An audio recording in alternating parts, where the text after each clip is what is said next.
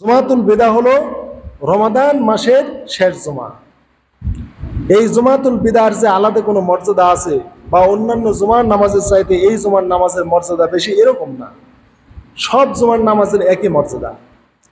জুমাতুল বিদা যেরকম ফরজ, অন্যান্য মাসের জুমার নামাজও ওরকমই ফরজ। এজন্যে এই জুমাতুল বিদায় শুধু মসজিদে আসবো আর সারা বছর মসজিদে আসবো না। জুমাতুল বিদায় মনে করব যে আজকে আমাদের জীবনের সব গুনাহ মাফ হবে, অন্য জুমার নামাজের গুনাহ মাফ হবে না, এরকম চিন্তা করা নিরর্থক এবং ইসলাম আকীদার সাথে সাংঘর্ষিক। শুধুমাত্র নাম দেওয়া হয়েছে জুমাতুল বিদা, তাই আসলে এটা জুমাতুল বিদা না। কেননা সামনে আরেকটা জুমার নামাজ আবার আসবে। রমাদান মাসের এটা শেষ জুমা, কিন্তু আবার শাওয়াল মাস আবার জুমার নামাজ আবার আছে। অতএব মূলত এটা আমাদের দেওয়া নাম জুমাতুল বিদা। এটা হচ্ছে শেষ জুমা, রমাদানের শেষ জুমা, কিন্তু আমাদের জীবনের শেষ জুমা না। আমাদের জীবনে যত জুমার নামাজ আসে সকল জুমার নামাজই আমাদের আদায় করতে হবে। এজন্য হাজিরিন, আমরা জুমাতুল বিদায় আমরা কিভাবে বিদায় জানাবো, রমাদানকে আমরা কিভাবে বিদায় জানাবো? আমরা রমাদানে বিদায় কিভাবে জানাই? যে আজকে জুমাতুল বিদায় পরে আমরা বাড়িতে চলে যাব, আর নামাজে আর আসবো না, আর মসজিদে আর আমরা আসবো না, এরকম না। আমরা কি শিক্ষা নিলাম এই একটা মাস?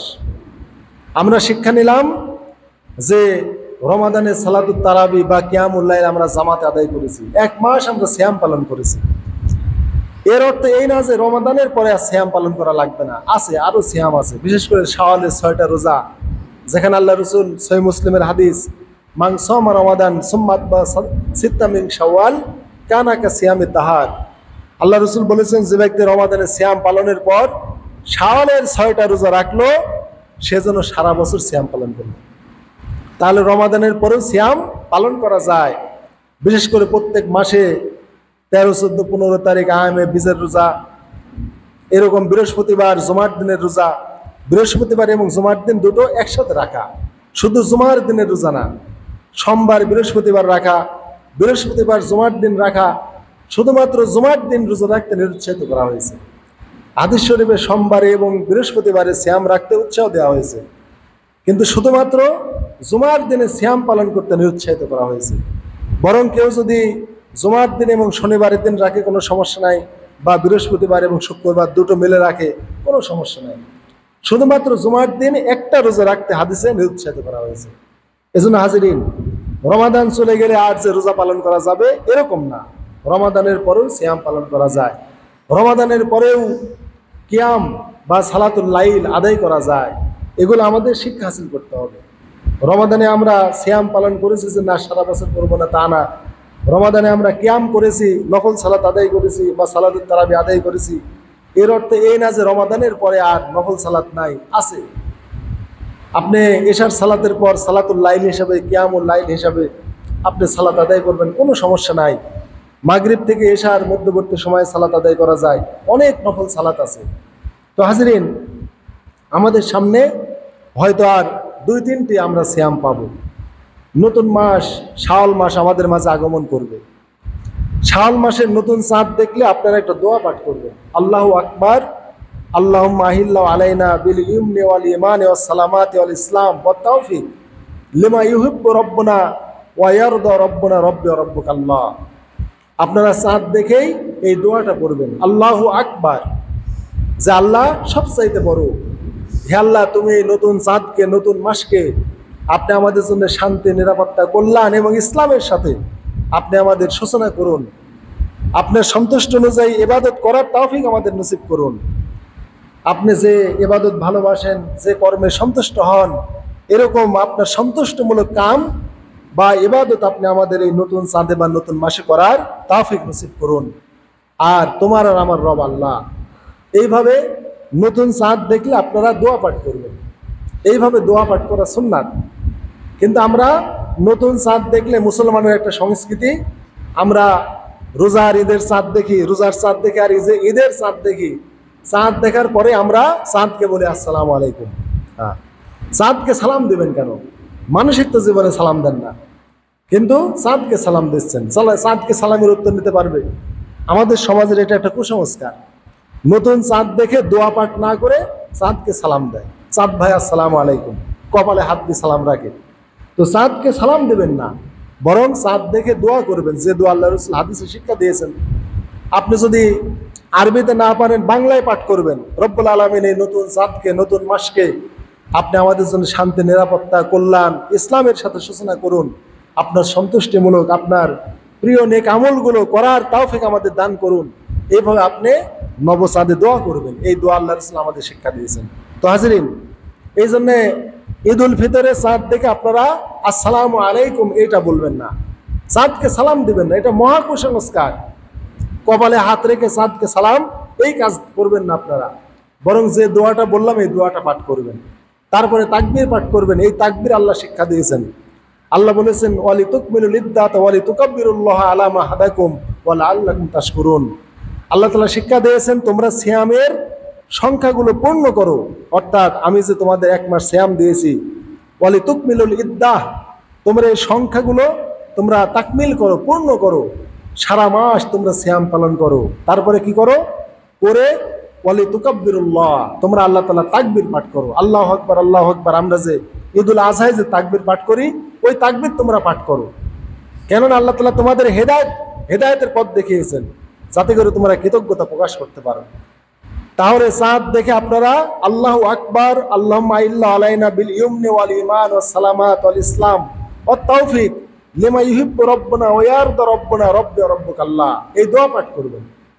দোয়া পাঠ করে তাকবীর দিবেন, আল্লাহু আকবার লা ইলাহা ইল্লাল্লাহ আল্লাহু আকবার ওয়ালিল্লাহিল হামদ, আল্লাহু আকবার কাবীরা ওয়াল হামদুলিল্লাহি কাসীরা ওয়া সুবহানাল্লাহি বুকরাতাও ওয়া আসীলা। এভাবে আল্লাহ আপনারা তাকবীর পাঠ করবেন। আপনি মানে মৃদু শব্দে এই তাকবীরগুলো পাঠ করবেন। আপনার মুসলমান, আপনারা চাঁদ দেখে চাঁদকে সালাম দেবেন না, চাঁদ দেখে আতশবাতি, ফটকা, গাঁটি এগুলি ফোটাবেন না। আপনারা মুসলিম যে সন্তান আছে, সন্তানদেরকে বলবেন যে ঈদের চাঁদ দেখে কখনো তোমরা হৈ হুল্লোড় করবে না, তোমরা ফটকা ফোটাবে না, গাঁটি ফোটাবে না, আতশবাতি এইগুলো জ্বালাবে না। এগুলো একটা নিরর্থক কাজ, এটা জাহিলি সংস্কৃতি, বিধর্মী, বিজাতীয় সংস্কৃতি। অতএব আপনার সন্তানকে আপনি অবশ্যই খেয়াল রাখবেন যেন ঈদের চাঁদ দেখে তারা আতশবাতি, ফটকা না ফোটায়, গাঁটি না ফোটায়, এইগুলো যেন তারা না করে। এগুলো মহা কুসংস্কার, এগুলি করতে আমাদের নিরুৎসাহিত করা হয়েছে, এগুলি করতে আমাদের নিষেধ করা হয়েছে। বরং আল্লাহ বলেছেন তোমরা তাকবীর পাঠ করো। আপনারা তাকবীর পাঠ করবেন, আল্লাহর তাকব্বরি, আল্লাহর বরত্ব ঘোষণা করবেন। অতএব ঈদের চাঁদ দেখে প্রথমে দোয়া পাঠ করবেন, তাকবীর পাঠ করবেন। তারপরে ঈদের দিন সকালবেলা আপনারা উত্তমভাবে গোসল করবেন। যত সম্ভব সুন্দর কাপড়, যে কাপড়টা আপনার কাপড়ের মধ্যে সুন্দর, সেটা আপনি পরিধান করবেন। আমরা স্বভাবতই ঈদের দিন নতুন কাপড় পরতে চাই, আর এই নতুন কাপড় কেনার জন্যই বাজারে কাপড়ের দাম বেড়ে যায়। আসলে নতুন কাপড় এক জিনিস আর উত্তম কাপড় আর এক জিনিস। আল্লাহ রাসূল কোনো হাদিসে বলেন নাই যে তোমরা ঈদের দিন নতুন কাপড় পরো, একটা দুর্বল হাদিসও বলেন নাই যে তোমরা ঈদের দিন নতুন কাপড় পরো। বরং আল্লাহ রাসূল বলেছেন তুমি উত্তম কাপড় পরিধান করো, তোমার যে পোশাক আছে পোশাকের মধ্যেই যেটা উত্তম সেটা পরে তুমি ঈদের নামাজে যাও। এক রাস্তা দিয়ে যাও, আর এক রাস্তা দিয়ে আসো। ঈদগাহে যাওয়ার আগে তুমি মিষ্টান্ন কিছু খাও। বিশেষ করে আল্লাহ রাসূল সাল্লাল্লাহু আলাইহি ওয়াসাল্লাম ঈদ উল ফিতরে যাওয়ার আগে বেজোর সংখ্যক তিনি খেজুর খেতেন, 3টা 5টা 7টা এরকম আপনি বেজোর সংখ্যক খেজুর পারলে খাবেন। কিন্তু আমাদের দেশে স্বভাবতই সেমাই খাওয়া হয়, চিনি সেমাই বা মিষ্টান্ন জাতীয়, হালুয়া জাতীয় বা সেমাই জাতীয় কিছু আমরা খাই। তো যাই হোক, মিষ্টান্ন কিছু খান, খাওয়াই সুন্নাত। পারলে সাথে 3টা খেজুর খান, রাসূলের একটা আলাদা সুন্নাত কায়েম হবে। এজন্য ঈদের দিন সকালবেলা উত্তমভাবে গোসল করবেন। মিষ্টান্ন, খুরমা খেজুর হোক বা আমাদের দেশীয় তরিকায় যে সেমাই আছে, মিষ্টান্ন কিছু আপনি খাবেন। তারপর আপনি কি করবেন? উত্তম পোশাক পরিধান করে এক রাস্তা দিয়ে ঈদগাহে যাবেন, আর এক রাস্তা দিয়ে আসবেন। এইভাবে ঈদের দিনের সুন্নাতগুলো আপনারা আদায় করবেন। আর এই ঈদের নামাজ বা ঈদের নামাজে যাওয়ার আগে বা ঈদগাহে আমরা সাজগোজ করি, তাই না? এই যে ঈদগাহে বিশাল সাজগোজ, ঈদগাহের গেট, এই যে রং বেরঙের আপনার লাইটিং, তারপরে বিভিন্ন আপনার রঙিন কাগজ দিয়ে ঈদগাহ সাজানো হয়। এই যে সাজানোটা, এটা কেন? এগুলো একটা অপচয়। লাইটিং যে আপনারা করেন, এটা রাত্রিবেলায় আলোকিত করে, শোভাবর্ধন করে। তো ঈদের নামাজটাকে রাতে না দিনে? দিনে। তাহলে আপনি এই যে আলোকসজ্জা করতেছেন ঈদগাহ, এই নিরর্থক আপনারা কাজ করতেছেন, অযথা শুধু টাকা ব্যয় হচ্ছে। এই কাজগুলো আমরা সমাজে চালু করেছি, হাজার হাজার টাকা অপচয় হচ্ছে এগুলো। ঈদগাহ সাজাচ্ছেন রং বেরঙের কাগজ দিয়ে, লাইটিং করতেছেন, এরকম না। স্বাভাবিকভাবেই পরিষ্কার পরিচ্ছন্ন যে কোনো মাঠে ঈদের নামাজ আদায় করা যায়। একটা মাঠে সমাজের সকল মানুষ নামাজ আদায় করে সুন্নাত। এই জন্য আল্লাহ রসুল মসজিদে ঈদের নামাজ পড়তে উৎসাহিত করেছেন। কেননা ঈদ হলো সৌহার্দ্য সম্প্রীতি, মুসলমানদের একতার বন্ধন। সমাজের সব মুসলমান একই ঈদগাহে হাজির হয়ে একই ইমামের পিছনে তারা বৃহৎ জামাতে তারা সালাত আদায় করবে। এজন্যে প্রাকৃতিক কোনো দুর্যোগ এগুলো না হলে আপনারা মসজিদে ঈদের সালাত আদায় করবেন না। যদিও মসজিদে নামাজ আদায়ের ফজিলত বেশি, ফরজ নামাজ মসজিদে আদায়ের মর্যাদা বেশি, কিন্তু ঈদের নামাজটা আল্লাহ রসুল মসজিদে না দিয়ে ঈদগাহে দিয়েছেন। কেন? এটা মুসলমানদের একটা সম্মেলন, মুসলমানদের এক জায়গায় হওয়ার, মিলন হওয়ার, মিলিত হওয়ার একটা বিরাট একটা প্ল্যাটফর্ম। অতএব এই একতা মুসলমানদের আল্লাহ রসুল শিক্ষা দিয়েছেন। অতএব ঈদের নামাজটা বৃহৎ একটা ঈদগাহে বা মাঠে হওয়াটাই নবীর সুন্নাত। প্রাকৃতিক দুর্যোগ বা বিভিন্ন কারণে মসজিদ আদায় করা যায়, কোনো সমস্যা নাই। কিন্তু এরকম যদি দুর্যোগ না হয় তাহলে আপনারা বৃহৎ মাঠে নামাজ পড়বেন। এই কাজ থেকে বা এই সুন্নাত থেকে শহরের লোক অনেক দূরে, বিশেষ করে ঢাকা শহরের প্রায় মসজিদে ঈদের নামাজ হয়। তারা বড় কোনো ঈদগাহ না থাকার কারণে বা শহরে এরকম ব্যবস্থা না থাকার কারণে তারা মসজিদে নামাজটা পড়ে নেয়। তাদেরও উচিত এরকম একটা ময়দান তৈরি করা, একটু দূরে গিয়ে হলেও ঈদ মাঠে গিয়ে নামাজটা পড়া, মসজিদে না পড়ে। আল্লাহ রসুল সাল্লাল্লাহু আলাইহি ওয়াসাল্লাম এই জন্য ঈদগাহে গিয়ে ঈদের নামাজটা পড়তে বলেছেন। এই জন্য হাজিরিন, আপনারা ঈদের নামাজ অবশ্যই ঈদগাহে পড়বেন। ঈদগাহে যাওয়ার সময় আপনারা গুনগুন করে মৃদু শব্দে তাকবীর করতে করতে যাবেন, তাকবীরটা আপনারা শিখে নেবেন। এইভাবে আপনারা ঈদের সালাত আপনারা একটু মানে দোহার টাইমে সূর্য একটু আলোকিত হয়ে গেলে, একটু হিট হয়ে গেলে, অর্থাৎ একটু দেরি করে আপনারা ঈদুল ফিতরের নামাজটা পড়বেন। আল্লাহ রসুল সাল্লাল্লাহু আলাইহি ওয়াসাল্লাম ঈদুল আজহার নামাজ সকাল সকাল পড়তেন, আর ঈদুল ফিতরের নামাজটা একটু দেরি করে পড়তেন। এজন্য চেষ্টা করবেন আপনারা যে টাইমে ঈদুল আজহা পড়েন তার চেয়ে একটু দেরি করে ঈদুল ফিতরটা পড়া। এইভাবে আল্লাহ রসুল সাল্লাল্লাহু আলাইহি ওয়াসাল্লাম আমাদের সুন্নাত শিক্ষা দিয়েছেন। আমাদের বাংলাদেশে আরেকটা কাজ হয়, সেটা হচ্ছে সৌদি আরবের সাথে মিল করে ঈদ করা হয়। এরা রাষ্ট্রীয় কোনো ফরমান, কোনো তোয়াক্কা এরা করে না। এরা মনে করে কি সৌদি আরবে আজকে ঈদ হচ্ছে, গোটা মুসলিম পৃথিবীতেই ঈদ হতে হবে বা মুসলিম জাহানে ঈদ হতে হবে। রাসূল সাল্লাল্লাহু আলাইহি ওয়াসাল্লাম এবং সাহাবীদের সুন্নাত অনুযায়ী এক দেশের চাঁদ দেখার দ্বারা আরেক দেশের ইবাদত জায়েজ হয় না। আল্লাহ রসুলের যুগে মদিনা এবং সিরিয়ার মানুষ তারা সবাই ইসলামী রাষ্ট্রের অন্তর্ভুক্ত। সিরিয়ার মানুষ একদিন ঈদ করেছে, মদিনার মানুষ আরেকদিন ঈদ করেছে। আল্লাহ রসুলের সাহাবীদের যুগেও একই মানে সমস্ত মুসলিম পৃথিবীতে একই দিনে ঈদ হয় নাই। আল্লাহ রসুলের হাদিস, তোমরা চাঁদ দেখে তোমরা সিয়াম পালন করো, রোজা রাখো, আর চাঁদ দেখে ভাঙো। ভাঙো মানে তোমরা ঈদ উদযাপন করো, শেষ করো। যেই দিন রমাদানের চাঁদ উঠেছে সেই দিন থেকে রোজা করতে হবে বা সিয়াম পালন করতে হবে। যেই দিন ঈদুল ফিতরে চাঁদ উঠবে সেই দিনই রোজা শেষ। এটাই হচ্ছে চাঁদ দেখে থাকা, চাঁদ দেখে ভাঙা। আবার অনেকে মনে করতে পারেন যে চাঁদ দেখে থাকা মানে যখন চাঁদ উঠবে তখন রোজা থাকবা, চাঁদ উঠলে ভাঙবো। এটা প্রতিদিনের না। প্রতিদিন রসুল শিক্ষা দিয়েছেন সুবহ সাদিক থেকে সূর্যাস্ত, কিন্তু রসুল সাল্লাল্লাহু আলাইহি ওয়াসাল্লাম গোটা মাসকে বুঝিয়েছেন যে চাঁদ দেখে থাকো, চাঁদ দেখে ভাঙো। মানে প্রথম যেদিন তুমি রোজা রাখবে চাঁদ দেখে রাখবে, আর যেদিন তুমি রোজা ভাঙবে অর্থাৎ শাওয়ালের যে ঈদুল ফিতরের চাঁদ উঠবে সেই দিন তুমি রোজা ভাঙবে। এইভাবে গোটা মাসকে তিনি বুঝিয়েছেন চাঁদ দেখে থাকা, চাঁদ দেখে ভাঙা। তো যাই হোক, এটা রসুলের সুন্নাত। কিন্তু বাংলাদেশে এই ফরমান অনেক মানুষ পালন করে না। তারা সৌদি আরবের সাথে মিল করে তারা ঈদ উদযাপন করে। সৌদি আরবের সাথে মিল করে ঈদ উদযাপনে করলে ঈদ হবে না, এবং ঈদ যে একটা ইবাদত, এই ইবাদত সব তারা পাবে না। কারণ আল্লাহ রসুলের স্পষ্ট হাদিস আছে। আল্লাহ রসুল বলেছেন, আল ফিতরু ইয়াউমা ইফতিরুন নাস, সেই দিনই ঈদুল ফিতর যেই দিন সমাজের বা রাষ্ট্রের সকল মানুষ ঈদুল ফিতর উদযাপন করে।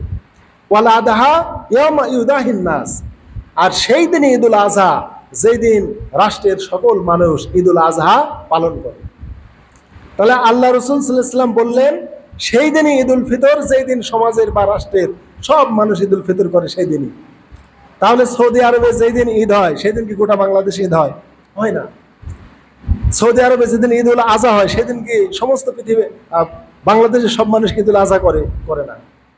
তাহলে সমাজের বৃহৎ মানুষ যেই দিন ঈদ উল ফিতর করবে সেই দিন ঈদ উল ফিতর, যেই দিন ঈদ উল আজহা উদযাপন করবে পালন করবে সেই দিন ঈদ উল আজহা। অতএব সমাজের বৃহৎ সংখ্যাগরিষ্ঠ জনগণ যেই দিন ঈদ করবে সেই দিন ঈদ। এর বাহিরে উনি অন্য রাষ্ট্রের দেখে যত ঈদ করুক ঈদ হবে না। অন্য অনেক হাদিসে আছে যে সরকার বা রাষ্ট্রপ্রধান যদি ঈদের সন তারিখ ঘোষণা না করে তাহলে ঈদ হবে না। রাষ্ট্রপ্রধান কর্তৃক ঈদের তারিখ ঘোষণা করতে হবে। রাষ্ট্রপ্রধান ইচ্ছা করলে 2 দিন পরেও করতে পারে, তার ব্যাপার। এতে 1 দিন বা 2 দিন পরেও যদি রাষ্ট্রপ্রধান বিভিন্ন কারণে, প্রাকৃতিক দুর্যোগ বা রাষ্ট্রের বিভিন্ন গোলযোগ বা বিভিন্ন কারণে রাষ্ট্রপ্রধান যদি আপনার শাওয়ালের 1 তারিখে ঈদ না করে 2 তারিখেও করে, তাও আমাদের ঈদ হয়ে যাবে। কিন্তু কেউ যদি মনে করে যে রাষ্ট্রপ্রধানের অনুমতি নাই, আমরা রাষ্ট্রপ্রধানের অনুমতি ছাড়াই আমরা শাওয়ালের 1 তারিখে আমরা ঈদ উল ফিতর উদযাপন করবো, হবে না। এই ব্যাপারে আল্লাহ রাসূল সাল্লাল্লাহু আলাইহি ওয়াসাল্লামের একটা হাদিস আম্মা জান আয়েশা সিদ্দিকা রাদিয়াল্লাহু তাআলা আনহা থেকে, প্রখ্যাত তাবী মাসরুক রাহিমাহুল্লাহ, উনি 9 জিলহজ তারিখে একবার আম্মা জান আয়েশার সাথে সাক্ষাতে আসলেন। তো আম্মা জান আয়েশা সিদ্দিকা রাদিয়াল্লাহু তাআলা আনহা মাসরুককে বললেন, ওই তাবেঈকে বললেন যে তার খাদেমকে যে কি করো, মাসরুককে ছাতু খেতে দাও, ছাতু গুলিয়ে নিয়ে আসো, এইভাবে ছাতু মাখিয়ে মাসরুককে খেতে দাও, আর এই ছাতুর মধ্যে একটু মিষ্টি বেশি করে দাও, মানে কড়া মিষ্টি দিয়ে ছাতু মাখাইয়া মাসরুককে খেতে দাও। তখন মাসরুক রাহিমাহুল্লাহ বললেন যে আম্মা জান আয়েশা সিদ্দিকা, আসলে আমার আজকে রোজা রাখা উচিত ছিল, কেননা আজকে 9 জিলহজ আরাফার দিন। অতএব আরাফার দিবস হিসাবে 9 জিলহজ হিসাবে আজকে আমার রোজা রাখা উচিত ছিল, কিন্তু আমি রাখিনি। কি কারণে জানেন? এই চাঁদ দেখা নিয়ে মানুষের মধ্যে মতভেদ ছিল। অতএব আজকে যদি 10ই জিলহজ হয় তাহলে ঈদ উল আজহার দিন, আর ঈদ উল আজহায় রোজা করা হারাম, ঈদের দিন রোজা করা হারাম। তাহলে এই চাঁদ দেখা নিয়ে মানুষের মধ্যে মতভেদ ছিল, আর এই কারণে আমি এই আজকে 9 আরাফাত হওয়ার পরেও, 9 জিলহজ হওয়ার পরে, আরাফাতের দিন হওয়ার পরে আমি সিয়াম পালন করিনি। কারণ যদি 10ই জিলহজ হয় তাহলে তো ঈদ উল আজহার দিন, আর ঈদ উল আজহার দিন রোজা রাখা হারাম। এই চিন্তা করে আমি সিয়াম পালন করিনি। তখন আম্মা জান আয়েশা সিদ্দিকা বললেন, তোমার ধারণা ভুল। আল ফিত্রু ইয়াউমা ইফতারুল ইমাম ওয়ান নাহারু ইয়াউমা ইয়ানহারুল ইমাম। যে মাসরুক, তোমার ধারণা ভুল। যেই দিন সরকার বা রাষ্ট্রপ্রধান ঈদ উল ফিতর পালন করে বা উদযাপন করে সেই দিন ঈদ উল ফিতর, আর যেই দিন ইমাম বা রাষ্ট্রপ্রধান বা প্রশাসক ঈদ উল আজহা পালন করে, ঈদ উল মানে নহর, ইয়ামুন নহর মানে ঈদ উল আজহার দিন, কোরবানির দিন উদযাপন করে বা পালন করে, সেই দিনই কোরবানির দিন। এই জন্য রাষ্ট্রপ্রধানের অনুমতি ছাড়া ঈদ উদযাপন জায়েজ নাই। এই জন্য বাংলাদেশে যারা রাষ্ট্রীয় পৃষ্ঠপোষকতার বাহিরে বা ফরমান উপেক্ষা করে সৌদি আরবের সাথে মিল করে যারা ঈদ উদযাপন করে তাদের ঈদ হয় না। ঈদ নামক ইবাদত থেকে তারা গাফেল থাকে, অমনোযোগী। তারা ঈদের ইবাদত থেকে তারা কোনো ফায়দা পায় না, সওয়াব পায় না। শুধু অন্য রাষ্ট্রের সাথে মিল করাই হয়, কিন্তু কোনো ইবাদত পালন হয় না। এই জন্যে আমাদের বাংলাদেশের সরকার যেদিন ঈদ উল ফিতর ঘোষণা করবে, যেই দিন ঈদ উল আজহা ঘোষণা করবে, সেই দিনই ঈদ। আপনি যদি নিজেও চাঁদ দেখেন যে আমি চাঁদ দেখেছি, কিন্তু সরকার যদি আপনার সাক্ষ্য না নেয় যে না আপনি যত চাঁদ দেখেন আপনার সাক্ষ্য নেওয়া গেল না, তবুও তিনি ঈদ করতে পারবেন না। যদিও তিনি চাঁদ দেখেছেন, তার সাক্ষ্যটা সরকার নিতে হবে, তার সাক্ষ্য গ্রান্টেড হতে হবে। তার সাক্ষ্য যদি সরকার না নেয় তাহলে তিনি ঈদ করতে পারবেন না। অতএব সরকার যেদিন ঈদ উল ফিতর ঘোষণা করবে বা বাংলাদেশের জনগণ, সম্মিলিত জনগণ যেদিন ঈদ উল ফিতর উদযাপন করবে সেই দিন ঈদ হবে, তার বাইরে ঈদ উদযাপন করলে ঈদ হবে না। অতএব যারা অন্য রাষ্ট্রের দেখা দেখি সিয়াম পালন করে, অন্য রাষ্ট্রের দেখা দেখি ঈদ উদযাপন করে, এগুলি কোনোদিনই হয় না। ইবাদত হিসেবে তাদের এটা গৃহীত হয় না, তাদের মনের চাহিদা পূরণ করা হয়। তো হাজিরিন, এই জন্য আপনারা জুমাতুল বিদায় আপনারা এগুলো শিখে রাখবেন। জুমাতুল বিদায় মানে শেষ জুমা না, এটা রমাদানের শেষ জুমা, কিন্তু আমাদের জীবনের শেষ জুমা না। অতএব আগামী জুমায় যারা আসবেন না এরকম না, আমাদের সার্বক্ষণিক, আমাদের আল্লাহ যতদিন হায়াত রাখে আমাদের সারা জীবন আমাদের জুমার সালাত আদায় করতে হবে। আমরা জুমাতুল বিদায় এই জন্য আমরা তাওবাটা শিখে নিব। আমরা যদি এই রমাদানে যদি নিজেকে আল্লাহর কাছ থেকে যদি আমরা ক্ষমা করে না নিতে পারি আমার গুনাহগুলো, তাহলে আমাদের সে বরবাদ আর কেউ নাই। এই জন্য জুমাতুল বিদায় আমাদের এ যাবৎ যা কিছু অর্জন হয়েছে ওই দিকে আর না তাকিয়ে এখন সব কিছু বর্জন করেন, অর্জন কতটুকু করতে পারলেন এটা বড় বিষয় না, কিন্তু জীবনের সকল নাফরমানি বর্জন করেন। অর্জন করা কঠিন, বর্জন করা সহজ। অর্জন করা খুবই কঠিন। আমরা আমাদের জীবনের যতগুলো আমরা ইবাদত তরক করেছি এর খেসারত আদায় করা এত সহজ না। অতএব একটা জিনিস অর্জন খুব কঠিন, কিন্তু বর্জন করতে মোটেও সময় লাগে না। অতএব ইবাদত হলো অর্জনের নাম, আর তাওবা হলো বর্জনের নাম। আমরা যাই কিছু রমাদানে অর্জন করতে পেরেছি কি না পেরেছি এটা বড় বিষয় না, যা করেছি আলহামদুলিল্লাহ। বাকি এখন আমাদের সবচেয়ে বড় পথ বর্জন করা। অর্জন খুব কঠিন। আপনি আপনার মোবাইলে 500টা নাম্বার সেভ করেছেন, এটা হলো অর্জন। এই 500টা নাম্বার সেভ করতে আপনার বছরের পর বছর লেগেছে। আজ এক বন্ধুর সাথে দেখা হলো, নাম্বারটা নিলেন। আরেকদিন আরেক বন্ধুর সাথে দেখা হলো, একটা নাম্বার নিলেন। আপনি 5-10 বছর মিলে আপনার মোবাইলে 500-600 নাম্বার আপনি কালেকশন করেছেন বা আপনি সেভ করে রেখেছেন। এইগুলো হচ্ছে অর্জন, কিন্তু এইগুলি বর্জন করতে চোখের পলকে সময় লাগে। আপনি ডিলেট অল আপনি অন করবেন, সব শেষ। তাহলে অর্জন করা কঠিন, বর্জন করা সহজ। আমরা মুসলমান, আমরা বর্জন বুঝি না, তাওবা বুঝি না। আল্লাহ যে তাওবার পথ আমাদের দেখিয়েছেন, আমাদের যাবতীয় গুনাহের পথ বর্জন করা, এই বর্জন আমরা বুঝি না। বর্জন করা এত সহজ, এই সহজ পথটা আমরা অবলম্বন করি না, আর না করার কারণেই মানুষ ক্ষতিগ্রস্ত হয়। এজন্য হাজরিন, তাওবা এবং ইস্তেগফার এইটা করে আমাদের যাবতীয় গুনাহগুলো থেকে বেরিয়ে আসতে হবে। কেননা আল্লাহ রাসূল সাল্লাল্লাহু আলাইহি ওয়াসাল্লাম এই রমাদানে তিনি একবার কি করলেন, মেম্বারে প্রথম সিঁড়িতে পা দিলেন, দিয়ে বললেন আমিন। দ্বিতীয় সিঁড়িতে পা দিলেন, বললেন আমিন। তৃতীয় সিঁড়িতে পা দিলেন, বললেন আমিন। সাহাবায়ে কেরাম বললেন, ইয়া রাসূলুল্লাহ, আপনি এমন একটা বিষয় আজকে আমরা দেখলাম যে আপনি মেম্বারে প্রথম সিঁড়িতে পা দেওয়ার সময় আপনি আমিন বললেন, দ্বিতীয় সিঁড়িতে ওঠার সময় আমিন বললেন, তৃতীয় সিঁড়িতে ওঠার সময় আমিন বললেন, কারণ কি? আল্লাহ রাসূল সাল্লাল্লাহু আলাইহি ওয়াসাল্লাম বলেন যে জিবরাইল আমার নিকটে এসেছে, এসে বলল, বাউদা মান আদরাকা রমাদান ফালাম ইগফার লাহু। যে ব্যক্তি রমাদান মাস পেল কিন্তু নিজেকে পাপ মুক্ত করতে পারলো না, ক্ষমা করে নিতে পারলো না আল্লাহর কাছে, সে নিপাত হয়ে গেল, ধ্বংস হয়ে গেল, বরবাদ হয়ে গেল। আমি বললাম আমিন, আল্লাহ তুমি কবুল করো। তাহলে বদদোয়া করেছেন জিবরাইল, আমিন বলেছেন কে?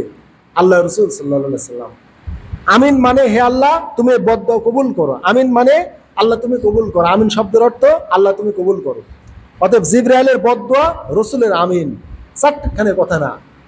এই জন্য আপনি রমজান পেলেন কিন্তু রমাদানে নিজের গুনাহগুলো মাফ করে নিতে পারলেন না, তাহলে আপনার আমার চাইতে অধিক ধ্বংসপ্রাপ্ত ব্যক্তি আর নাই। একবারেই ধ্বংসপ্রাপ্ত, আমরা নিপাত হয়ে গেলাম, বরবাদ হয়ে গেলাম। দ্বিতীয়ত, যে ব্যক্তি পিতামাতাকে পেল তাদের খেদমত করে জান্নাত কামাই করতে পারলো না, সে ধ্বংস হয়ে গেল। রসুল বললেন আমিন। জিবরাইল বলল, যার সামনে আপনার নাম নেওয়া হলো কিন্তু তারা আপনার প্রতি দুরূদ পড়লো না, তারা ধ্বংস হয়ে গেল। রসুল বললেন আমিন। তাহলে আমাদের সামনে এখন রমাদান মাস, আমরা যদি নিজেকে গুনাহ থেকে বেরিয়ে আমরা না আনতে পারি, গুনাহ থেকে যদি আমরা মুক্ত হতে না পারি, আমাদের ধ্বংস অনিবার্য। আমাদের সামনে যদি রসুলের নাম নেওয়া হয়, আমরা যদি তার প্রতি দুরূদ না পড়ি, আমাদের ধ্বংস অনিবার্য।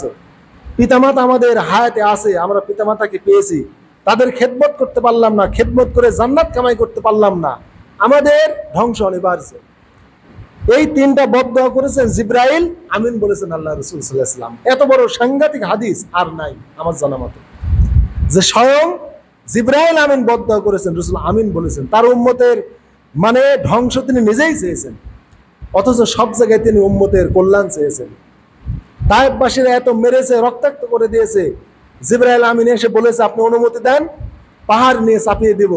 আল্লাহ রাসূল বলেছেন আল্লাহ মাহাদি কওমি ফাইন্নাহুম লা ইয়ালামুন, আল্লাহ তায়েফবাসীকে ক্ষমা করে দাও, তারা জানে না আমি তোমার রাসূল। তাহলে তাদের অজ্ঞানতাকে অজুহাত হিসেবে কবুল করে আল্লাহ রাসূল তাদের হেদায়েতের দোয়া করেছেন। আর এই তিনটা ক্ষেত্রে আল্লাহ রাসূল সাল্লাল্লাহু আলাইহি ওয়াসাল্লাম স্বয়ং নিজে আমিন বলেছেন। তাহলে যে রাসূল কাফের তায়েফবাসীর মানে ধ্বংস চাইলেন না, সে আল্লাহ রাসূল সাল্লাল্লাহু আলাইহি ওয়াসাল্লাম ইমানদার মুসলমানদের ধ্বংস চাইলেন। কি বুঝলেন? তার মানে এই তিনটা পাপ কত সাংঘাতিক। এখন আমাদের সামনে রমাদান চলছে, রমাদানে যদি নিজের গুনাহগুলো আমরা ক্ষমা করে নিতে পারি, তাহলে আমাদের আর মুক্তির পথ নাই। ক্ষমা কবে পাবো?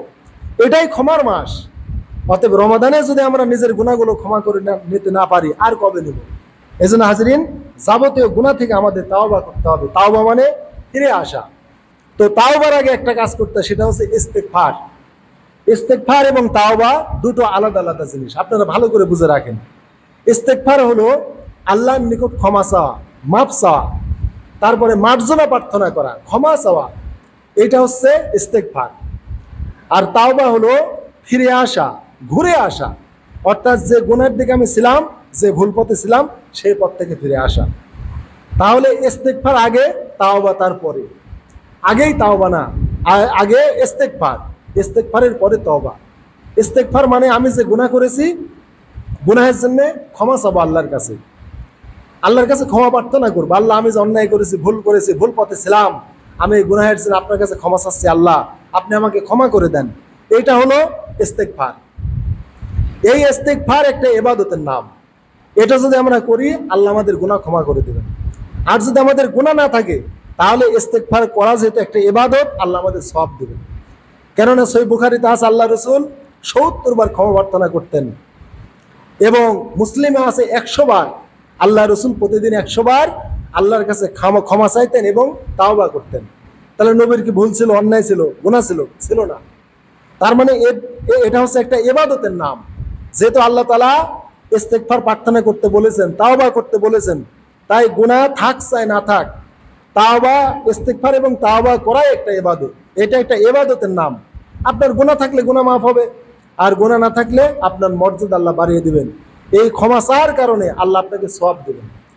অতএব যারা মনে করে যে আমি কেন আল্লাহর কাছে আমি ক্ষমা চাবো, আমার তো গুনাহ নাই, আরে ভাই, আপনার গুনাহ আছে এই জন্য ক্ষমা প্রার্থনা না, আপনার গুনাহ নাই, নবীরও তো নাই গুনাহ। তাও আল্লাহ বলেছেন ফাসাব্বি বিহামদি রাব্বিকা ওয়াস্তাগফির ইন্নাহু কানা তাওয়াবা। আপনি আপনার রবের কাছে ক্ষমা চান। তার মানে নবী ভুল করেছিলেন, পাপ করেছিলেন, গুনাহ করেছিলেন? গুনাহ করেন না, নবীগণ নিষ্পাপ, মাসুম। তার মানে ক্ষমা চাওয়াটা একটা ইবাদত। আল্লাহ আমাদের ক্ষমা চাইতে বলেছেন। দোয়া করা যেমন একটা ইবাদত, ইস্তেগফার বা ক্ষমা প্রার্থনা ওইরকম একটা ইবাদত, তাওবা আরেকটা ইবাদত। অতএব দোয়া একটা ইবাদত, ইস্তেগফার একটা ইবাদত, তাওবা একটা ইবাদতের নাম। খালি মনে করবেন না যে গুনাহ হলে শুধু গুনাহ মাফ হবে, আর আমি গুনাহ করিনি, আমার ইস্তেগফারের প্রয়োজন নাই। এটা ভুল ধারণা। এটা একটা ইবাদতের নাম, এটা একটা জিকির, আল্লাহকে স্মরণের একটা মাধ্যম। কিন্তু এই জিনিসটা আমরা আপনাদেরকে বোঝাতে চাই যে আপনার গুনাহ থাক চাই না থাক, আপনি আল্লাহর কাছে ক্ষমা প্রার্থনা করবেন। এই ক্ষমা চাওয়াটাই একটা ইবাদতের নাম। আল্লাহ তাআলা এর দ্বারা আপনার গুনাহ ক্ষমা করবেন, আল্লাহ আপনাকে মর্যাদাও দিবেন। তো হাজরিন, আল্লাহ রাব্বুল আলামিন মানুষকে ভুলের বাহন করে সৃষ্টি করেছেন। আদিপিতা আদম আলাইহিস সালাম থেকে ভুল শুরু। কারণ মানুষ শব্দের অর্থ হচ্ছে ভুল করা, ইনসান শব্দের অর্থে ভুল করা। আদম আলাইহিস সালাম জান্নাতে ভুল করেছেন, আল্লাহ জান্নাত থেকে নামিয়ে দিয়েছেন। তাহলে মানুষের জীবন ভুল দ্বারাই শুরু। অতএব যারা বলে যে আমার জীবনে ভুল নাই, আমি কেন ক্ষমা চাবো, তাহলে তারা আদমের সন্তান না, তারা হতে পারে ইবলিসের সন্তান বা শয়তানের বংশধর। কারণ আদমের সন্তান যদি হয়ে থাকে, তাহলে তার ভুল আছে। কারণ আল্লাহ রাসূল বলেছেন কুল্লু ইবনে আদম খত্তাউন ওয়া খায়রুল খত্তাইনা তাওয়াবুন। সব আদমের সন্তানই অপরাধী, তবে যারা আল্লাহর কাছে তাওবা করে তারা হচ্ছে সবচাইতে ভালো অপরাধী। তাহলে এটা আল্লাহ রাসূলের হাদিস। সব আদম সন্তানই অপরাধী, তবে যারা আল্লাহর কাছে তাওবা করে তারা উত্তম অপরাধী, ভালো অপরাধী। তার মানে সবাই অপরাধী, কিন্তু অপরাধীর মধ্যে যারা আল্লাহর কাছে ক্ষমা চায় তারা উত্তম অপরাধী।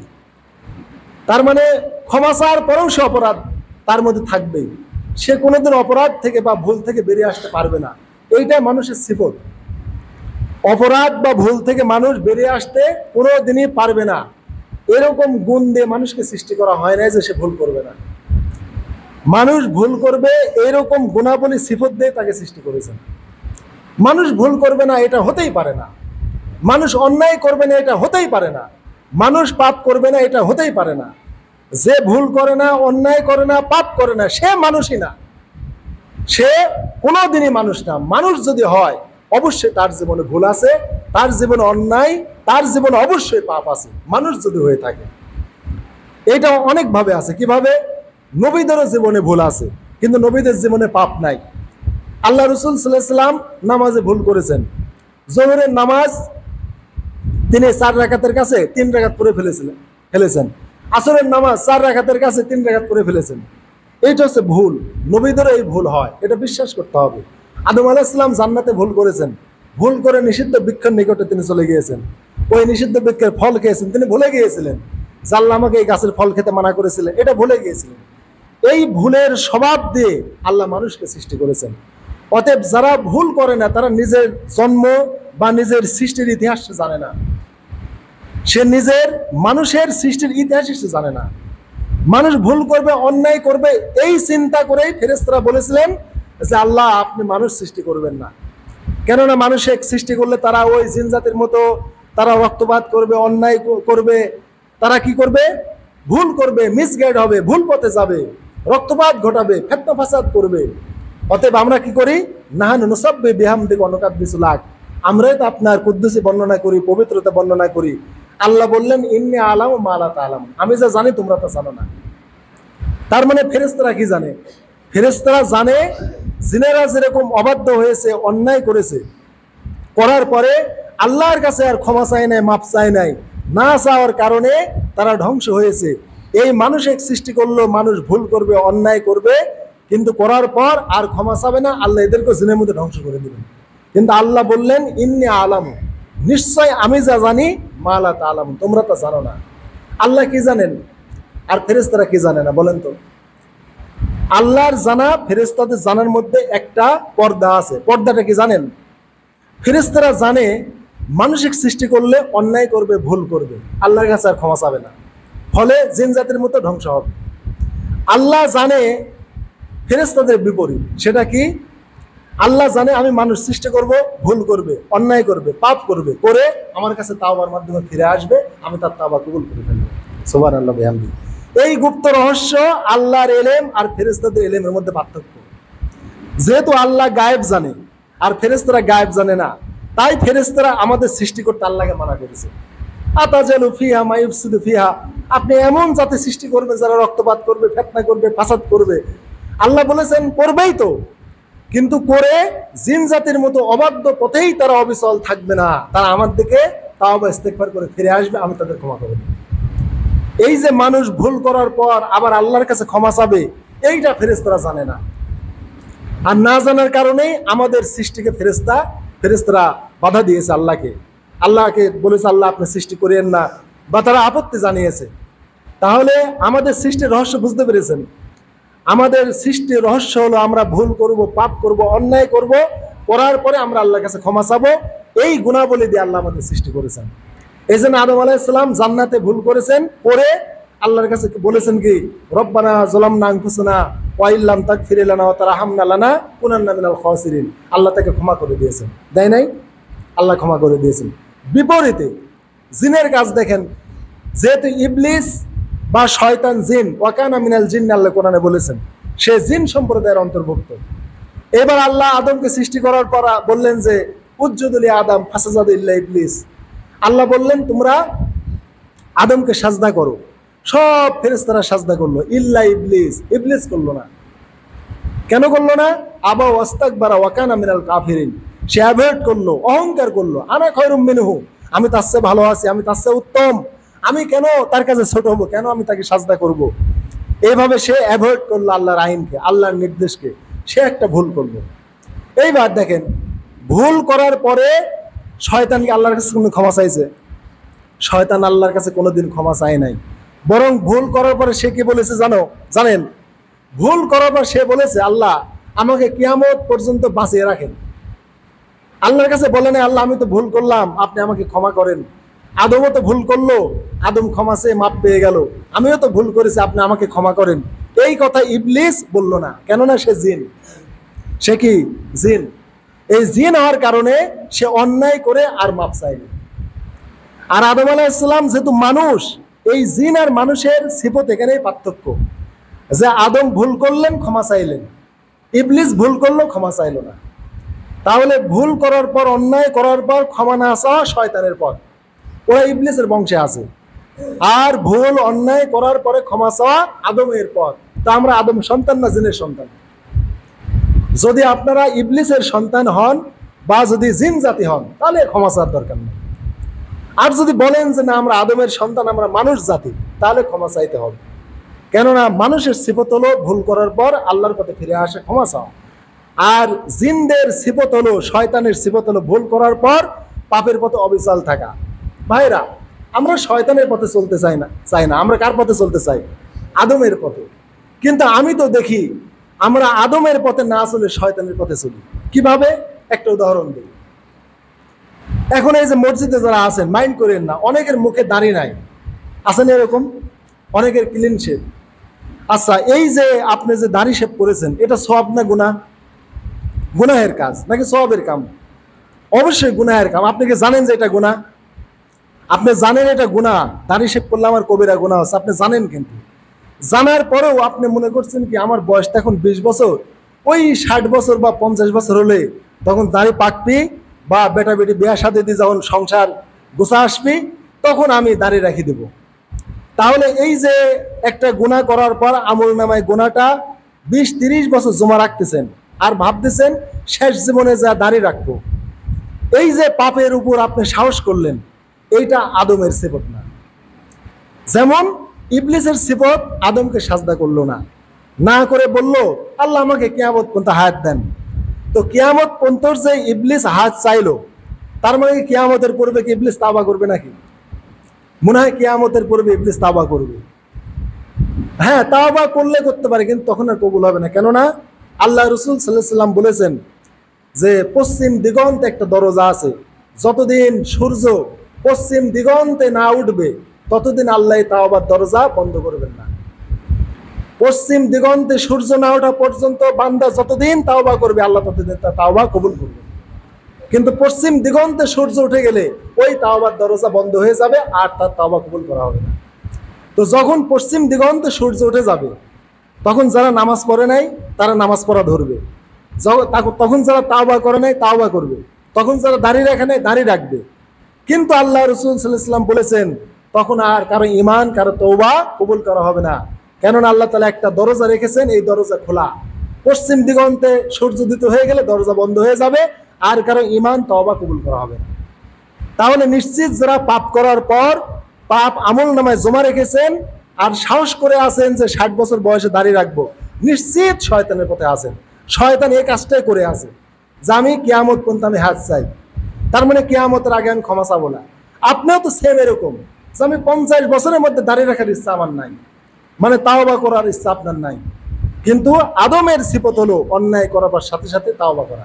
হাজরিন, আমি মনে করি আপনাদের ভুল হয়েছে এই অন্যায়গুলো করায়। অন্যায় থেকে বেরিয়ে আসেন। এই ভুল আদম আলাইহিস সালাম থেকেই। সুনানে তিরমিজি, মেশকাত সহ বিভিন্ন হাদিসে আছে মানুষ ভুল করবে না এটা হতেই পারে না। ভুল অবশ্যই করবে, পাপ অবশ্যই করবে। আল্লাহ রাসূল বলেছেন যে আদম থেকে মানুষের ভুল শুরু।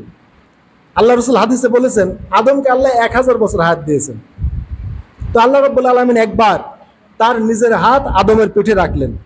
রাখার পর কিয়ামত পর্যন্ত যত মানব সন্তান দুনিয়াতে আসবে সকলের রুহগুলো বের করে আদমের সামনে রাখলেন।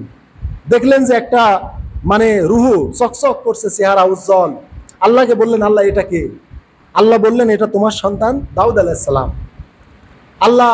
আল্লাহকে তখন আদম আলাইহিস সালাম বললেন আল্লাহ আমার এই দাউদ নবীর এই সন্তানের বয়স কত? আল্লাহ বললেন তার বয়স 60 বছর। কত বছর? 60 বছর। আল্লাহকে বললেন আল্লাহ আমার বয়স কত? আল্লাহ বললেন তোমার বয়স 1000 বছর। তখন আদম আলাইহিস সালাম বললেন আল্লাহ আমার এই সন্তানের প্রতি আমার একটু মহব্বত হচ্ছে। এত সুন্দর সন্তান আমার দাউদ নবী, তাকে আপনি খালি 60 বছর বয়স দিয়েছেন। আমার 1 বছরের হায়াত থেকে 40 বছর কেটে আমার এই সন্তান দাউদকে দেন। আল্লাহ বললেন ঠিক আছে, তোমার 1000 বছরের মধ্যে তোমার 40 বছর বয়স কেটে দাউদ নবীকে দিয়ে দিলাম। আল্লাহ রাসূল সাল্লাল্লাহু আলাইহি ওয়াসাল্লাম বললেন এইবার আদম আলাইহিস সালামের 960 বছর বয়স হয়ে গেল। তখন আজরাইল মালাকুল মউত তার কাছে এসে জান কবজ করবেন। তখন আদম আলাইহিস সালাম বলল কে মালাকুল মউত এখন কেন? আমার তো হায়াত 1000 বছর। তখন মালাকুল মউত বলল যে আপনার কি 40 বছর আপনি দাউদ নবীকে দেন নাই? বলছে অসম্ভব ব্যাপার, আমি কোনো সময় আমি দিতেই পারিনি। আল্লাহ রাসূল সাল্লাল্লাহু আলাইহি ওয়াসাল্লাম বললেন আদম আলাইহিস সালাম ভুলে গিয়ে অস্বীকার করেছিলেন, এই জন্য আমরা তার সন্তানরা ভুলে যাই, অস্বীকার করি। আদম আলাইহিস সালাম ভুল করে নিষিদ্ধ বৃক্ষের নিকটে গিয়ে তিনি ফল খেয়ে ফেলেছিলেন। আমরাও এরকম মানে অন্যায় কাজ আমরা করে ফেলি। এই জন্যে মানুষ ভুল করবে না এটা হতেই পারে না হাজিরিন। মানুষ ভুল করবে, অন্যায় করবে, কিন্তু অন্যায় করার পর ভুল পথ থেকে ফিরে আসবে, এটা হচ্ছে তাওবা। তাহলে তাওবা বুঝলেন, গুনাহের জন্য প্রথমে ক্ষমা চাওয়া, তারপরে গুনাহের পথ থেকে ফিরে আসা, এইটার নাম হচ্ছে তাওবা। এই জন্য জুমাতুল বিদায় আমাদের সবচেয়ে বড় কাজ হচ্ছে আল্লাহর কাছে যাবতীয় গুনাহের জন্য ক্ষমা প্রার্থনা করে আল্লাহর পথে ফিরে আসা। এইটা যদি আমরা করতে পারি তাহলে আল্লাহ তাআলা আমাদের সব গুনাহ ক্ষমা করে দিবেন। এ ব্যাপারে আল্লাহ রাব্বুল আলামিন বলেন, ইয়া ইবাদিয়াল্লাযিনা আসরাফু আলা আনফুসিহিম লা তাকনাতু মির রাহমাতিল্লাহ ইন্নাল্লাহা ইয়াগফিরুয যুনুবা জামিআ ইন্নাহু আল গফুরুর রহিম। আল্লাহ তাআলা আমাকে বলেন যে হে আমার বান্দারা, হে আমার বান্দারা, তোমরা যারা নিজেদের প্রতি জুলুম করেছো, অনেক অন্যায় করেছো, পাপ করেছো, অন্যায় করেছো, লা তাকনাতু মির রাহমাতিল্লাহ, আমার রহমত থেকে নিরাশ হও না। যে আমি এত অন্যায় করেছি, পাপ করেছি, আমার তাওবাকে আল্লাহ কবুল করবেন, এরকম তোমরা নিরাশ হও না। ইন্নাল্লাহা ইয়াগফিরুয যুনুবা জামিআ, আল্লাহ সব গুনাহ ক্ষমা করে দেবেন। তিনি যে ক্ষমাশীল, তিনি যে পরম করুণাময়, অতএব আল্লাহ তাআলা সব গুনাহ ক্ষমা করতে পারেন, তিনি আল্লাহ। আল্লাহ রাব্বুল আলামিন অন্য আয়াতে বলেন, মা কানাল্লাহু লিউআযযিবাহুম ওয়া আনতা ফীহিম ওয়া মা কানাল্লাহু মুআযযিবাহুম ওয়া হুম ইস্তাগফিরুন। আল্লাহ তাআলা বলেন, আল্লাহ এরকম না, আল্লাহর গুণ, আল্লাহর বৈশিষ্ট্য এমন না যে হে নবী আপনি আপনার উম্মতের মাঝে আছেন আর আমি আল্লাহ তাদেরকে শাস্তি দেব। তার মানে নবী তো নিজেই রহমত, তাই রহমত থাকা অবস্থায় কি গজব আসে? তাই আল্লাহ বললেন আমি আল্লাহ এমন আল্লাহ না যে আপনি আপনার উম্মতের মাঝে আছেন আর আমি তাদেরকে শাস্তি দেব, গজব দেব। এখন বলতে পারেন তাহলে তো এখন নবী নাই, তাহলে দেখি আমাদেরকে আল্লাহ গজব দিবেন? হ্যাঁ দিবেন। আল্লাহ বলেছেন তবে আমি এমন আল্লাহ নয় যে তোমরা কি করবে, আমার কাছে ক্ষমা চাবে আর আমি তোমাদের শাস্তি দেব, আমি এমন আল্লাহ নয়। অতএব আমরা যতক্ষণ অন্যায় করব আর তাওবা করব, এতক্ষণ আল্লাহ আমাদের গজব দিবেন না। কিন্তু যখনই শুধু অন্যায় করব আর ক্ষমা চাবো না, তখনই আল্লাহ আমাদের গজব দিবেন। এই জন্য আল্লাহ বললেন যে আমি এমন আল্লাহ নই যে হে নবী আপনি থাকা অবস্থা আপনার উম্মতকে আমি বা সাহাবীদের প্রতি আমি আযাব পাঠাবো, আবার আপনি দুনিয়া থেকে চলে যাবেন। আমি এমন আল্লাহ নই যে বান্দারা আমার কাছে ক্ষমা চাবে আর আমি তাদেরকে শাস্তি দেব, হতেই পারে না, আমি এমন আল্লাহই নই। সুবহানাল্লাহ বিহামদিহি, এরকম গুণ বৈশিষ্ট্য আমার নাই। তাহলে আল্লাহ তাআলা কোরআনে কত সুন্দর আল্লাহ কথা বলেছেন। অন্য আরেকটা আয়াত আল্লাহ তাআলা বলেন যে ইস্তাগফিরু রাব্বাকুম সুম্মা তুবু ইলাইহি, তোমরা কি করো, তোমাদের রবের কাছে ক্ষমা চাও এবং তোমরা তার দিকে তোমরা ধাবিত হও, তাওবা করো। তাহলে আল্লাহ প্রথমে ক্ষমা প্রার্থনা করতে বলেছেন, তারপরেই তাওবা করতে বলেছেন। তাহলে ক্ষমা আগে, তাওবা পরে। কিন্তু আমরা একটা ভুল ধারণা আছে, আমরা খালি সমাজে বলি কি এই তুই তওবা করে, বা অমুক মরে যাচ্ছে তাকে তাওবা করাতে হবে। কিন্তু তাওবাটা আগে না, আগে কি ইস্তেগফার, আগে কি ইস্তেগফার, গুনাহের জন্য ক্ষমা চাওয়া, তারপরে যে গুনাহের জন্য ক্ষমা চালাম ওই গুনাহ থেকে ফিরে আসা। তাই আল্লাহ বললেন ইস্তাগফিরু রাব্বাকুম, তোমরা তোমাদের রবের কাছে ক্ষমা চাও, সুম্মা তুবু ইলাইহি, তারপরে তোমরা তার দিকে ফিরে আসো, মানে তোমরা তাওবা করো। করলে কি হবে, ইউমাত্তিকুম মাতান হাসানা ইলা আজালিন মুসাম্মা, একটা নির্দিষ্ট মেয়াদ পর্যন্ত এই পৃথিবীতে তোমাদের বসবাস করতে দেবেন। সুবহানাল্লাহ বিহামদিহি। তাহলে আমরা যদি গুনাহের জন্য আমরা ক্ষমা চাই, তাওবা করি, একটা নির্দিষ্ট সময়কাল পর্যন্ত পৃথিবীতে আল্লাহ আমাদের বসবাস করতে দেবেন। আর যদি আমরা ক্ষমা না চাই, তাওবা না করি, আল্লাহ আমাদের পৃথিবীতে বাস করতে দিবেন না। এটা আল্লাহ তাআলা বোঝাচ্ছেন। অন্য আয়াতে আল্লাহ তাআলা বলেন ইস্তাগফিরু রাব্বাকুম, তোমরা তোমাদের রবের কাছে ক্ষমা চাও, সুম্মা তুবু ইলাইহি, তারপরে তোমরা তার দিকে ফিরে আসো, তাওবা করো। তাহলে কি হবে, ইউরসিলিস সামা আলাইকুম মিদরারা, তোমরা আল্লাহর কাছে ক্ষমা চাইলে, তাওবা করলে আল্লাহ আসমান থেকে তোমাদের প্রতি মুষলধারে বৃষ্টি বর্ষণ করবেন। তারপরে কি করবেন, ওয়ায়াজিদকুম কুওয়াতা ইলা কুওয়াতিকুম, তোমাদের শক্তি সামর্থ্য তোমাদের বাড়িয়ে দিবেন। ওয়ালা তাতাওয়াল্লাউ মুজরিমিন, আর তোমরা অবাধ্য হয়ে তোমরা ফিরে যেও না। তাহলে আমরা তাওবা করলে আল্লাহ আসমান থেকে বৃষ্টি বর্ষণ করবেন, আমাদের শক্তি সামর্থ্য আল্লাহ আমাদের বাড়িয়ে দিবেন। অন্য আয়াতে আল্লাহ তাআলা বলেন যে ইউমদিদকুম বিআমওয়ালি ওয়া বানিন, তোমরা যদি আমার কাছে তাওবা করো, আমি কি করব, ওয়া ইউমদিদকুম বিআমওয়ালি ওয়া বানিন, আমি তোমাদের মাল এবং সন্তান সন্ততিতে সমৃদ্ধ করে দেব। সুবহানাল্লাহ বিহামদিহি, তোমাদের মাল সম্পদ বাড়িয়ে দেব। আমরা সম্পদ বাড়াতে চাই না, আমরা তো খালি সম্পদই চাই। আমরা 1 বিঘা পেঁয়াজ লাগালে আশা দেখি যে আল্লাহ আমাকে তুমি 60 মণ পেঁয়াজ দিও। তা আল্লাহ বলছেন যে যে ব্যক্তি তার মাল বাড়াতে চায়, তার সম্পদ, তার মানে জ্ঞাতি গোষ্ঠী, সন্তান সন্ততি বংশ বৃদ্ধি করতে চায়, সে গোষ্ঠীর দিক দিয়ে সম্ভ্রান্ত হতে চায় এবং সমৃদ্ধ যে ব্যক্তি পরিবার গঠন করতে চায়, সে যেন আমার কাছে তাওবা করে। আমার কাছে তাওবা করলে তাকে আমি তার সম্পদে, তার বেটা বেটি, পরিবার পরিজনে আমি সমৃদ্ধ দান করব। আর কি করব? ওয়াইয়াজাল লাকুম জান্নাত, এই পৃথিবীতে তাদের জন্য অনেক ফলমূলের বাগান তৈরি করব। সুবহানাল্লাহ বিহামদিহি। ওয়াইয়াজাল লাকুম আনহারা, এবং বিভিন্ন নদী নালা আমি আল্লাহ প্রবাহিত করে দিব। এত বরকত আল্লাহ তাআলা এই পৃথিবীতে আমাদের আল্লাহ দিয়ে দিবেন। হাজরিন, এখন দেখেন, আমরা খালি মনে করি যে আমরা গুনাহ করলেই আমরা ক্ষমা চাবো, আর গুনাহ না করলে ক্ষমা চাবো না। এই যে আয়াতগুলো বললাম, আল্লাহকে এখানে বলছেন যে তোমরা ক্ষমা চাও, আমি তোমাদের ক্ষমা করে দিব। আল্লাহ বলছেন ইস্তাগফিরু রাব্বাকুম, তোমরা তোমাদের রবের কাছে ক্ষমা চাও, সুম্মা তুবু ইলাইহি, এবং তার দিকে ফিরে আসো, তাওবা করো। আল্লাহ বলছেন না যে তোমাদের আমি গুনাহ মাফ করব। আল্লাহ বলছেন তওবা এবং ইস্তেগফার করলে কি করব? আসমান থেকে মুষলধারে পানি দেব, তোমার জান মালে, তোমার বেটা বেটি বংশে সমৃদ্ধ দান করব, এই দুনিয়াতে তোমার জন্য ফলমূলের বাগান তৈরি করব, আর এই পৃথিবীতে তোমার জন্য আমি অসংখ্য নদী নালা আমি প্রবাহিত করে দেবো। সুবহানাল্লাহ বিহামদিহি। খালি মনে করতে পারেন যে আমরা অন্যায় করিনি, তাহলে আমরা ক্ষমা কেন চাবো? আরে ভাই, এখানে তো আল্লাহ ক্ষমার কথা বলতেছে না। আল্লাহ বলতেছে এই ইবাদত দুটো করতে পারলে আমি এই এই তোমাদের দিয়ে দেবো পৃথিবীতে। তোমাদের জানমাল বাড়াবো, বেটা বেটি বাড়াবো, সম্ভ্রান্ত করব, তোমাদের বংশ বুনিয়াদকে আমি মানে সমৃদ্ধশালী করব, পৃথিবীতে আমি অনেক ফলমূলের বাগান তৈরি করে দেবো, অনেক নদী নালা প্রবাহিত করে দেবো। এই ইবাদতের দ্বারা আল্লাহ এতগুলো দিয়ে দিবেন। তাহলে আমরা পৃথিবীকে সমৃদ্ধ করতে চাই না, আমার বংশকে সমৃদ্ধ করতে চাই না, আমার সম্পদে সমৃদ্ধ আমি হতে চাই না? যদি এটা চান, আল্লাহর কাছে তওবা করতে হবে। হাজিরিন, এটা যদি করি তাহলে আল্লাহ আমাদের এটা দিয়ে দিবেন। অন্য আয়াতে আল্লাহ বলছেন, শুধু এটা না, আল্লাহ বলছেন যে ইয়া আইয়ুহান নাস, ইয়া আইয়ুহাল্লাযিনা আমানু তুবু ইলাল্লাহি তাওবাতান নাসুহা, ঈমানদারেরা তোমরা আল্লাহর কাছে তাওবা নাসুহা করো, তাওবা করার মতো তাওবা করো। করলে কি হবে? আসা রব্বুকুম আইয়ুকাফির আনকুম সাইয়্যাতিকুম, আল্লাহ তোমাদের অপরাধগুলো ক্ষমা করে দেবেন। তারপরে ওয়াইদুখিলকুম জান্নাতিন তাজরি মিন তাহতিহাল আনহার, এবং এমন জান্নাতে প্রবেশ করাবেন যার নিচ দিয়ে নহর প্রবাহিত।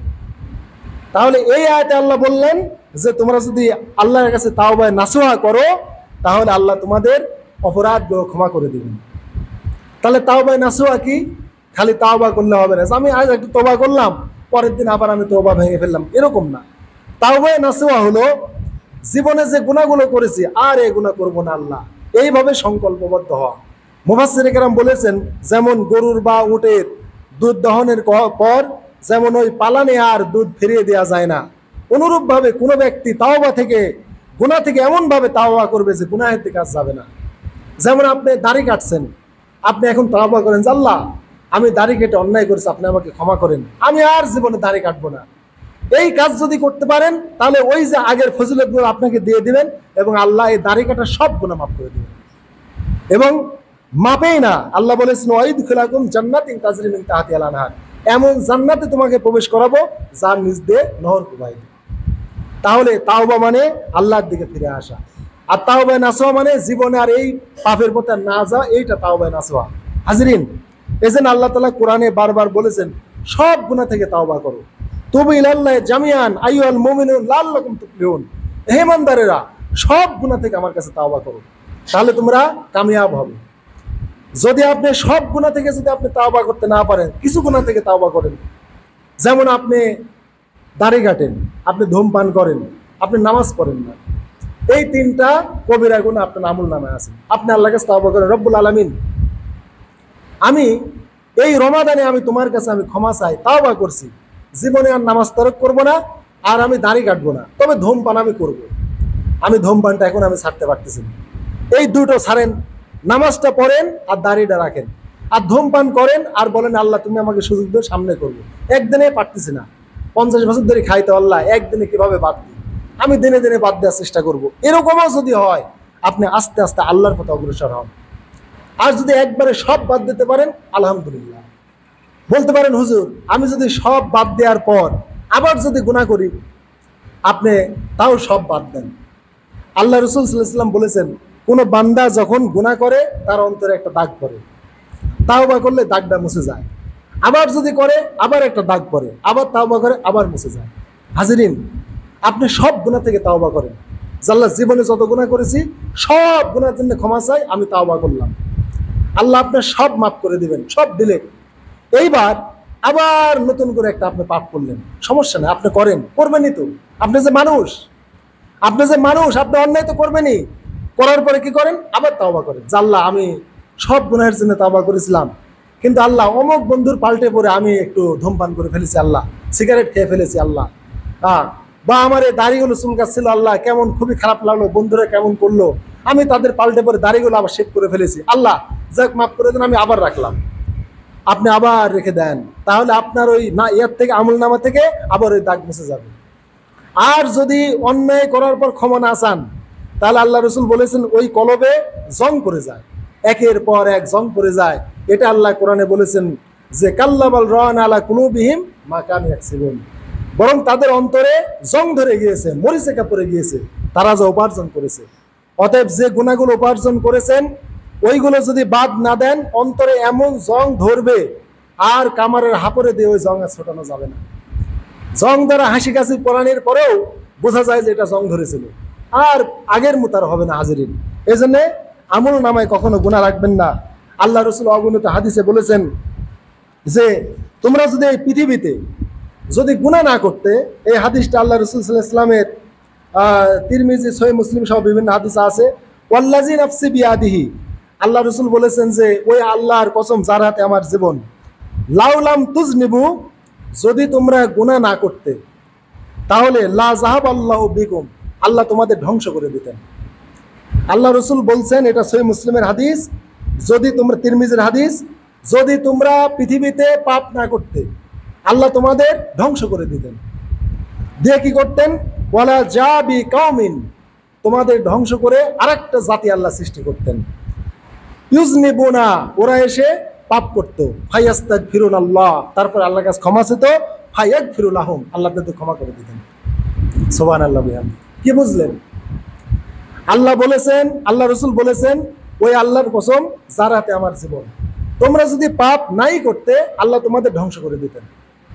দিয়ে আল্লাহ এমন জাতি আনতেন এই পৃথিবীতে যারা পাপ করতে করে আল্লাহর কাছে মাপ চাইত। তার মানে এখন কি বুঝলেন যে আল্লাহ আমাদের পাপ করার জন্য সৃষ্টি করেছেন? বুঝলেন তো? আমরা পাপ করব, গুনাহ করব, অন্যায় করব, এটা আল্লাহ জানেন, কিন্তু গুনাহ করার পর আমরা আল্লাহর কাছে ক্ষমা চাবো, এই চিন্তা চেতনা বা এই ইচ্ছা প্রকাশ করে আল্লাহ আমাদের সৃষ্টি করেছেন। এখন আমরা যদি গুনাহ করি, গুনাহ করার পর যদি আমরা ক্ষমা না চাই, তাহলে আল্লাহ আমাদের ধ্বংস করে দেবেন। যে বান্দা খালি গুনাহই করে আমার কাছে মাপ চায় না, এরকম বান্দার দরকার নাই। যেমন জিনেরা খালি পাপ করেছে আল্লাহর কাছে ক্ষমা চায়নি, তাহলে জিনেরের মতো আমরাও খালি পাপই করব, ক্ষমা চাবো না, তাহলে আল্লাহ রসুল বলেছেন তোমাদের মতো মানুষের দরকার নাই, বরং তোমাদের ধ্বংস করে দিয়ে এমন জাতি নিয়ে আসবেন যারাও গুনাহ করবে, করার পরে তাওবা করবে। তাহলে মানুষের সিফত কয়টা? দুটো। কথা বলেন, কয়টা? দুটো। একটা পাপ করা, 2 নম্বরে তাওবা করা। একটা পাপ করা, 2 নম্বরে তাওবা করা। আমরা তো মনে করি যে অমুক মানুষ গুনাহ করে কে, হুজুরেরা গুনাহ করে কে, অমুক তমুক করে কে। আরে ভাই, মানুষ তো গুনাহ করবেই, যে গুনাহ করে না সে মানুষই না। অতএব মানুষ হতে হলে দুটো গুণ থাকতে হবে, একটা হচ্ছে গুনাহ করবে, ক্ষমা চাবে। আল্লাহ রসুল বলেছেন গুনাহ করবে, ক্ষমা চাবে না, সে মানুষ না। গুনাহ করবে, ক্ষমা চাবে, সেই মানুষ। আদম ভুল করেছেন, মাপ চেয়েছেন, তার সন্তান ভুল করবে, মাপ চাবে, এটাই তো মানুষের গুণ। অতএব যারা মনে করেন যে ভাই কেন তাওবা করবো, কেন ক্ষমা চাবো, আমার আর বোঝানোর আর পথ নাই। ভাইরা, আপনি মানুষ না তাহলে। অতএব কত গুনাহ করেছেন মোটেও চিন্তা করবেন না। আল্লাহ রসুল সহিহ মুসলিমের হাদিস বলেন, আল্লাহ বান্দা তুমি যত আমার কাছে আশা নিয়ে ক্ষমা চাবে তত আমি তোমাকে ক্ষমা করো, কারো পরাও করবো না। আল্লাহ যদি আমাদের ক্ষমা করেন, কাকে কৈফিয়ত দেয়া লাগবে? কৈফিয়ত দেয়া লাগবে না। আল্লাহ বলেছেন, বান্দা তোমার গুনাহ যদি আসমানের মেঘমালা পর্যন্ত ঠেকে যায়, আমি তোমার ওই পাপ রাশি ক্ষমা করে দেব, লাউ উবালি, কারো পরাও করবো না। আল্লাহর কি কৈফিয়ত দিতে হবে? আল্লাহ কি বলবে অন্য একটা আল্লাহ যে এই বান্দার আসমানের মেঘমালা পরিমাণ পাপ হয়ে গেছে, তুমি ক্ষমা করো, কি আমাকে না বলি? এরকম আছে নাকি? নাউজুবিল্লাহ, নাই। তাই আল্লাহ বলছেন, বান্দা পৃথিবী পূর্ণ যদি তোমার পাপ হয়ে যায়, আমি পৃথিবী পূর্ণ রহমত নিয়ে আমি তোমার সাথে দেখা করব এবং আমি তোমাকে ক্ষমা করে দিব, শর্ত লা তুশরিক বি শাইআ, আমার সাথে কাউকে শরীক করা যাবে না। আমার সাথে শিরিকের গুনাহ বাদে তুমি যদি পৃথিবী ভরা গুনাহ নিয়ে আমার কাছে তাওবা করো, পৃথিবী ভরা রহমত নিয়ে ক্ষমা নিয়ে আমি তোমাকে ঢেকে দেব, লা উবালি, কারো কোনো পরোয়া করব না। এই হাদিস শোনার পরে আর কি নিরাশ হয়ে থাকবেন? ক্ষমা না আছে আর থাকবেন? যদি এত ফজিলত, এত গুনাহ থেকে বিরত হওয়ার কথা শোনার পরেও যদি গুনাহ থেকে তাওবা না করেন, ক্ষমা না চান, তাহলে বুঝতে হবে আপনার মানুষ সমাজে নাই। আপনি আদমের সন্তান না, আপনি মনে হয় কোনো জিনের বংশ হতে পারেন, বা শয়তানের বংশের লোক, হয়তো আপনি মানুষের বংশের লোক না। যদি এত কিছু শোনার পরেও যদি আপনি তাওবা না করেন, অতএব জীবনের সব গুনাহের জন্য এই জুমাতুল বিদা আল্লাহর কাছে তাওবা করেন, আল্লাহ সকল পাপ আল্লাহ ক্ষমা করে দেবেন। আল্লাহর হক নষ্ট করলে আল্লাহর কাছে ক্ষমা চাবেন, বান্দার হক নষ্ট করলে বান্দার কাছে ক্ষমা চাবেন। আল্লাহ এইভাবে সকল গুনাহ থেকে ক্ষমা নিয়ে এই জুমাতুল বিদা আল্লাহ আমাদের সকলকে ক্ষমাপ্রাপ্ত হয়ে বাড়িতে যাওয়ার তৌফিক দান করে সকলে বলে আমিন। সুবহানাল্লাহ বিহামদিহি।